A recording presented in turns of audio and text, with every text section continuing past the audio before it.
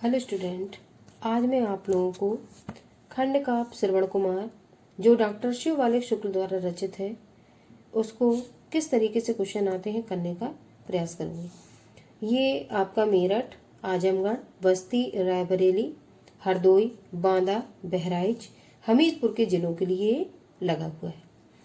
आप श्रवण कुमार खंड काव्य का कथानक संक्षेप में लिखिए। ये 2016 में प्रश्न पूछा गया था। दूसरा क्वेश्चन, श्रवण कुमार खंड काव्य की प्रमुख घटनाओं का वर्णन अपने शब्दों में लिखिए। 16, 15, 14, 12 और 5 में प्रश्न पूछा गया था। अगला, श्रवण कुमार खंड काव्य के अयोध्या तथा आश्रम खंड की कथा संक्षेप में लिखिए। ये प्रश्न 11, 13 और 2006 में पूछा गया था। अब इस साल 2024 में प्रश्न इस खंड से किस तरीके से आया था उसको मैं बताती हूँ। ये आपका 2024 का न्यू पेपर है। इसमें ये आपका क्वेश्चन है, श्रवण कुमार खंड काव्य के आधार पर दशरथ की चारित्रिक विशेषताओं पर प्रकाश डालिए। और दूसरा क्वेश्चन है, श्रवण कुमार खंड काव्य के अयोध्या सर की कथा वस्तु अपने शब्दों में लिखिए। तो दोनों में से कोई आपको एक क्वेश्चन करना था। इसमें आगे किस तरीके से प्रश्न पूछा गया था ये देखते हैं। स्वपठित खंड काव्य के आधार पर किसी एक खंड के एक प्रश्न का उत्तर दीजिए। अधिकतम शब्द सीमा 80 शब्द है इसका।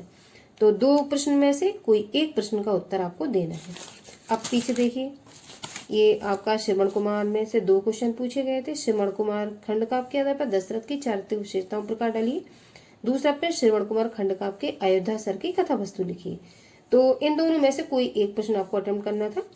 तो ये श्रवण कुमार खंड काव्य के अयोध्या सर की कथा वस्तु अपने शब्दों में लिखिए। आइए इस पर चर्चा करते हैं। अब जो कथा वस्तु का पहला सर्ग है वो प्रथम सर्ग अयोध्या से ही संबंधित है, जो प्रश्न आपका 2024 में भी पेपर में मैंने दिखाया पूछा गया था। अब अयोध्या सर्ग से इस खंड काव्य की शुरुआत होती है। आइए देखते हैं। अयोध्या के गौरवशाली इतिहास में अनेक महान राजाओं की गौरव गाथा छिपी हुई है। अनेक राजाओं जैसे पृथु, इक्ष्वाकु, ध्रुवदिलीप, रघु ने अयोध्या को प्रसिद्धि एवं प्रतिष्ठा के शिखर पर पहुंचाया है। राजा रघु के नाम पर ही इस कुल का नाम रघुवंश पड़ा। महाराज दशरथ अच के पुत्र थे। अयोध्या के राजा दशरथ के राज्य में सभी जगह शांति थी। महाराज दशरथ स्वयं एक महान धनुर्धर थे जो शब्दभेदी बाण चलाने में सिद्धहस्त थे। ये अयोध्या आपका प्रथम सर्ग में इस तरीके से आप लोगों को लिखना है जिस तरीके से पेपर में पूछा गया था। अगला आपका द्वितीय सर्ग है, ये आश्रम से संबंधित है। ये भी आपका 14, 11 और 6 में पूछा गया प्रश्न है। सरयू नदी के तट पर एक आश्रम था जहाँ श्रवण कुमार अपने वृद्ध एवं नेत्रहीन माता पिता के साथ सुख एवं शांतिपूर्वक निवास करते थे। वह अत्यंत आज्ञाकारी एवं अपने माता पिता के भक्त थे। अगला तृतीय सर्ग ये आखिर से संबंधित है। राजा दशरथ को शिकार खेलने का मन होता है। 2009 और 8 में पूछा गया प्रश्न है। एक दिन गोधूली बेला में राजा दशरथ विश्राम कर रहे थे। गोधूली बेला कहते हैं जिस समय सूर्यास्त होने का समय होता है और जो कैटल्स होते हैं, जो पशु, वो घर को लौटते हैं।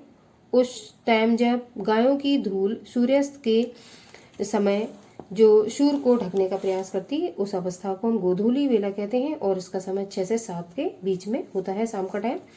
बेला में राजा दशरथ विश्राम कर रहे थे। तभी उसके मन में आखेट की इच्छा जागृत हुई। उन्होंने अपने सारथी को बुलावा भेजा।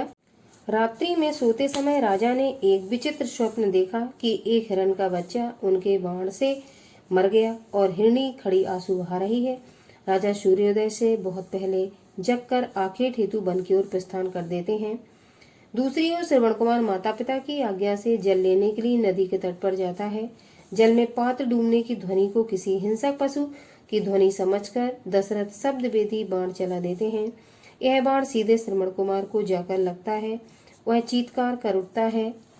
चीत्कार मतलब चिल्लाना दर्द से। श्रवण कुमार की चीत्कार सुनकर राजा दशरथ चिंतित हो उठते हैं। चतुर्सर्ग श्रवण। आगे देखिए, राजा दशरथ के बाण से घायल श्रवण कुमार को यह समझ में नहीं आता है कि उसे किसने बाण मारा है।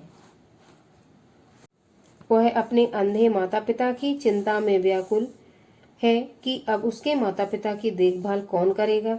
वह बड़े दुखी मन से राजा से कहता है कि उन्होंने एक नहीं बल्कि एक साथ 3 प्राणियों की हत्या कर दी है।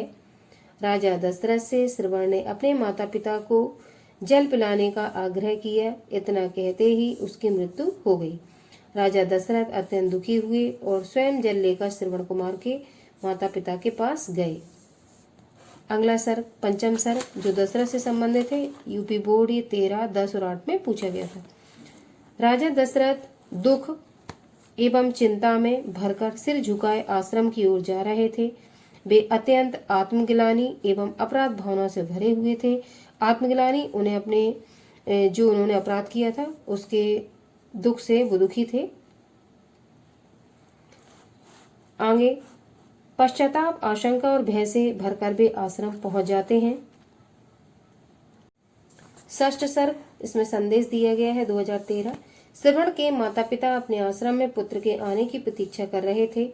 उसी समय उन्होंने किसी के आने की आहट सुनी। वे राजा दशरथ को श्रवण कुमार ही समझ रहे थे। राजा दशरथ ने उन्हें अपना परिचय दिया और जल लाने का कारण बताया। श्रवण की मृत्यु का समाचार सुनकर उसके माता पिता अत्यंत व्याकुल हो उठे। सप्तम सर्ग इसमें अभिशाप वेरी इंपॉर्टेंट 2014, 12, 13 और 9 में प्रश्न पूछा गया था। आगे जो भी सर्ग आप लिखेंगे उसे अंडरलाइन देंगे कि किस सर्ग में किस चीज पर चर्चा की गई है। सप्तम सर्ग में ऋषि दंपत्ति के करुण विलाप का चित्रण है। मैंने अंडरलाइन दी हुई है इसे। वे आंसू बहाते हुए विलाप करते हुए नदी के तट पर पहुंचे और विलाप करते करते अचेत हो जाते हैं। अचेत मतलब बेहोश होना। और राजा दशरथ को श्राप दे देते हैं। कौन? जो श्रवण कुमार के माता पिता थे वो दे देते हैं कि जिस पुत्र के शोक में मैं प्राण त्याग रहा हूं उसी प्रकार एक दिन तुम भी अपने पुत्र वियोग में प्राण त्याग दोगे। अष्टम सर्ग निर्वाण। निर्वाण कहते हैं मोक्ष को। श्रवण कुमार के माता पिता द्वारा दिए गए श्राप को सुनकर राजा अत्यंत दुखी होते हैं। श्रवण के माता पिता भी जब रो रो कर शांत होते हैं तो उन्हें श्राप देने का दुख होता है। अब पिता को आत्मबोध होता है और वे सोचते हैं कि यह तो नियति का विधान है। पुत्र शोक में व्याकुल माता पिता भी अपने प्राण त्याग देते हैं। नवम सर्ग जो उपसंहार से संबंधित है। आप इसमें जो लाइन लिखेंगे उसको भी हम अंडरलाइन देंगे। राजा दशरथ दुखी मन से अयोध्या लौट आते हैं। वे इस घटना का जिक्र किसी से नहीं करते हैं, परंतु राम जब वन को जाने लगते हैं तो उन्हें उस श्राप का स्मरण हो आता है और वह यह बात अपनी रानियों को बताते हैं। इस तरीके से आपका जो खंडकाव्य है श्रवण कुमार, इसकी कथा वस्तु जो 9 सर्गों में विभक्ति, मैंने सबसे पहले इसको आपको सुनाने का प्रयास किया है और इसके बाद मैंने किस तरीके से आंसर राइटिंग 9 सर्गों करनी है वो मैंने आपको बताया है। किस तरीके के प्रश्न पूछे जाते हैं मैंने प्रश्न पत्र भी आपको दिखाया है। अब अगला प्रश्न आपका जो रहेगा वो दशरथ का चरित्र रहेगा और इसके बाद और भी क्वेश्चन जो पूछे गए हैं उनको भी लाने का मैं प्रयास करूंगी।